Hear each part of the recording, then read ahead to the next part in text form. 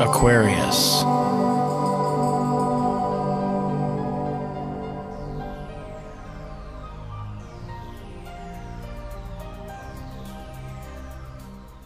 Hello Aquarius, this is your astrological forecast for August 2015, and I believe this might just be one of the months that you've been waiting for all year. And I say that because there's a whole party going on in your 7th house for love and relationships, for committed relationships. So whether this is now that you have a significant other, or for those of you who are single, might just find that this month might just pop open a whole row of doors for you. That is because we have the Sun, we got Mercury, we've got Venus, Jupiter, and the new moon all going on in this area. So I'm going to spend a whole lot of time because this is where the focus is for August.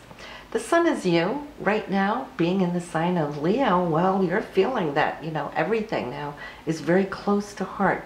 The way you share with your partner, what you're communicating with your partner, what your partner is communicating to you, and whether it's authentic, deep, real. It's like nothing's going to be able to slide by because you're going to catch it just like that. Having Venus here, which we know rules love, really helps being in this sign. It rules the 7th house, so it's like a double whammy here for you. And Jupiter, of course, has been staking it out ever since that of late last summer. And it's finalizing its journey here in this area. From August 11th, it's going to move out and into your 8th house for shared resources. And the 8th house is all about, it's a Scorpion house. So talk about being authentic. Jupiter is going to want to relate after the 11th. And straight to late next summer of 2016 to expand deeper, to get to the bottom, to turn every stone.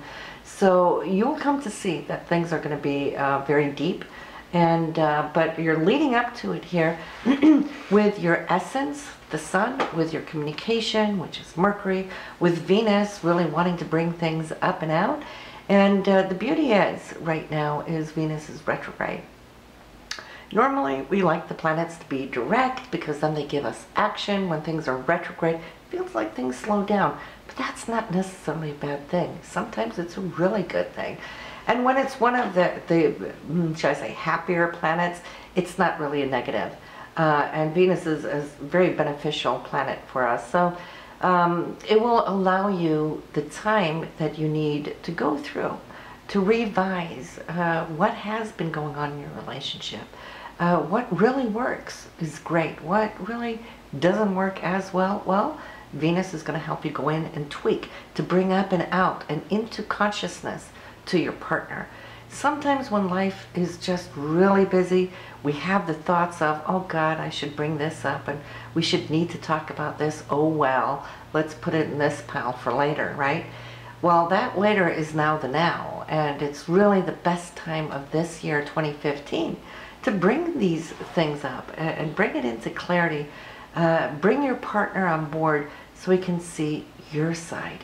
And this will allow him or her to actually really know what's going on deeply within you.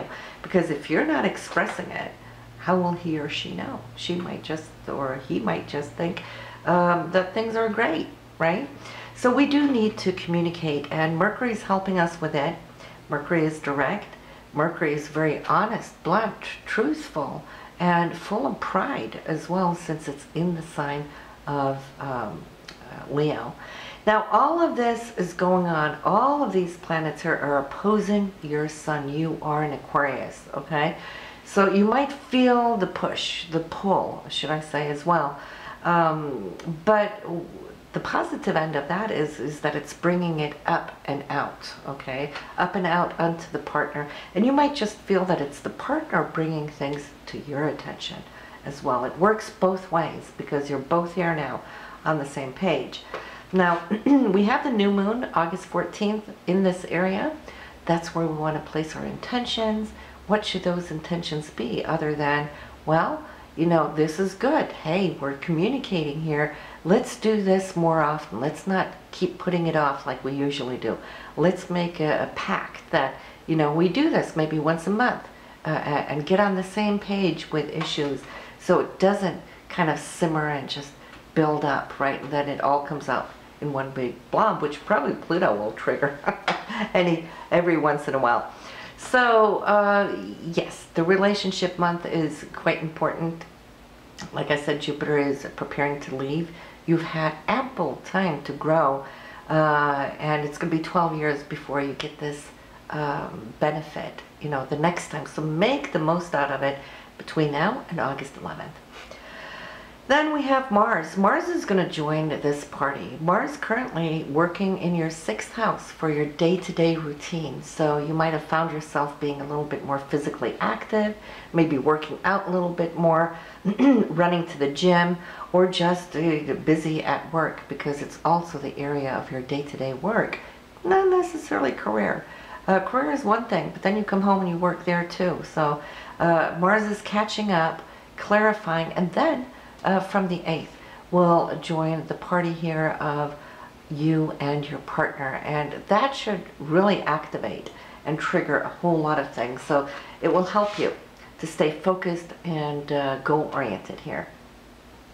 Now, of course, for those of you not in a relationship, this can also indicate you and how you communicate or work with anyone one-on-one. It's those one-on-one things. It's not the crowd like the 11th house. It might be how you work with a close partner. So you will see how that comes, but I feel the clarity coming this month will help set things up for the rest of the year. So this is all good. Saturn goes direct August the 2nd, and this is also going to be giving you the extra oomph that you need. Saturn has been quiet now for the last 4 to 5 months in your career house. So you were really pushing it early this year, really moving ahead, and then it slowed down. This is going to start picking up speed, but give it a couple of weeks to kind of just find its traction and build more speed. But that is the area of your career. You will find that you're tying up pretty much, I feel, maybe some loose ends, an old project here or there, as you're preparing, ready to move into totally new areas, because Saturn here only has a couple of degrees, and then it's going to be done with the things you've been working for the last 2.5 years, and it will find a new arena, and that will be all about, we'll talk more about that next month, but that will be more so connected to groups and organizations and so forth. So you will see how your responsibilities are going to shift, okay? You've carried them really well, Aquarius. You can be proud of yourself. You've accomplished a lot. I'm also feeling that the full moon this month, which is on August 29th, will be doing something for you financially, because it is trining the Saturn in your career house from your income house. So these two might just trigger say maybe a new pay, maybe you're going to get a raise, maybe you'll be promoted. This full moon not only is illuminating how you make your money, but it's going to be passing the degrees of Neptune, which is your hopes and dreams. You're aiming for something that's quite lofty here and creative, and so I'm feeling, pay attention to the 29th and see what that may do for you financially. So yes, we have Mercury too. That's going to be changing signs out of Leo into Virgo on the 7th. So Mercury is our communication. Now you've been speaking from the heart until the 7th when it's in Leo.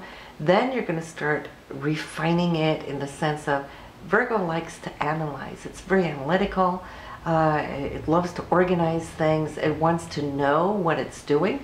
So you'll see how that will shift between you and your partner too, really getting down to the nitty-gritty and finding your balance of how you share, not just the 8th house shared resources of money and values, but also how you share what is fair between the two of you with the work that you do as well. And then we have Mars, which I said is changing on the 8th out of Cancer, where it's been operating over the last several weeks, nurturing yourself, your body, your health, your diet, the children, pets, and those you love. So yes, that I did say would go into your 7th house of relationships. So that should be fiery and nice when it loves being in the fire signs. So we have on the 2nd, good news coming to you, and it is communication from Uranus. Uranus brings about those things of the unexpected, and it's good news because it's a trine from Venus. Uranus is in your 3rd house. That's the house of communication, and so Uranus will probably spring something on you that you might have hoped for before. And I say before, why? Because Uranus is retrograde. So it could have been something that was present at some time and you just passed it by hastily. That might resurrect right now. But then you have some decisions to be made, 3rd through 6th, and that might be a little special. Now, Jupiter, Venus, and Mercury is going to square. All 3 of them, they're going to square Saturn. Now, Saturn is what has been moving retrograde in your 10th house for career. And suddenly now you're thinking about expansion. Jupiter wants to expand anything it touches upon, but Saturn restricts a little bit, right? Venus has to do with money, those things you're passionate about, and then Saturn's holding it. Mercury wants to communicate, and Saturn might be a little tight since it's a square. But if you're having to make a decision upon these days, try to buy a little time, because what's right smack in the middle of all of this going on is some great news.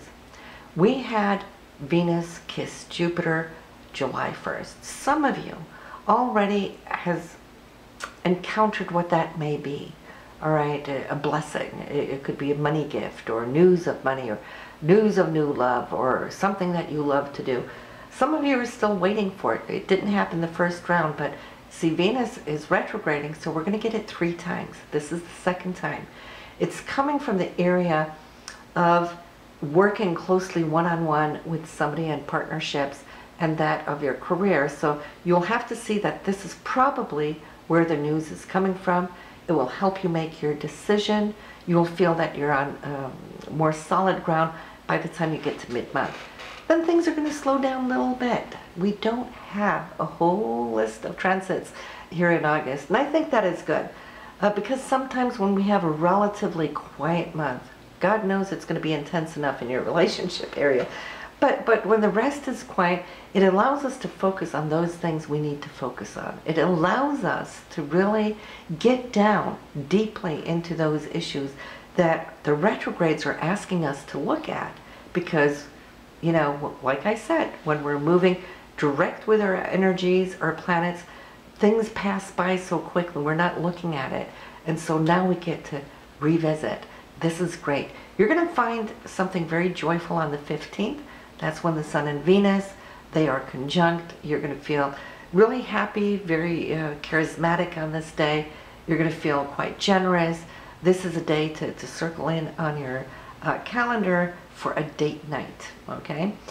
And I'd say the same thing about the 19th, because then Venus is trining Uranus, so this might be a very, either a piece of good news that you might hear. It could be a love declaration, since it's coming from the 3rd house of communication up to the area of love. But 3rd house is also maybe a very unexpected little trip that you need to take, or will want to take, maybe just out of town. A little road trip would be very, very nice. So for you, it is the new moon on the 14th. You want to focus on 21 degrees Leo, and then the full moon on the 29th, 6 degrees in Pisces, or any other planet that you might have 6 degrees will interact with this full moon.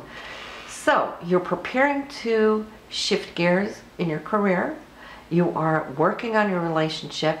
These are the main things for this month in August. So next month in September, it will shed more light for what's coming up, because right now you're preparing for all the new that's pending in September. But if you haven't listened to your tarot, go listen to your tarot reading. Gives you a little bit more and other type of information. People who come in and act and interact with you. And so for that reason, we love, love, love the tarot. We do love the astrology because that shows where the planetary energy is zooming in on. But the tarot is more like our day-to-day interactions. So listen to that if you haven't, and do listen to your partner's reading there as well, just to know what's coming up for him and her, or her. And I will see you in September here, Aquarius. Have a great month. Bye now.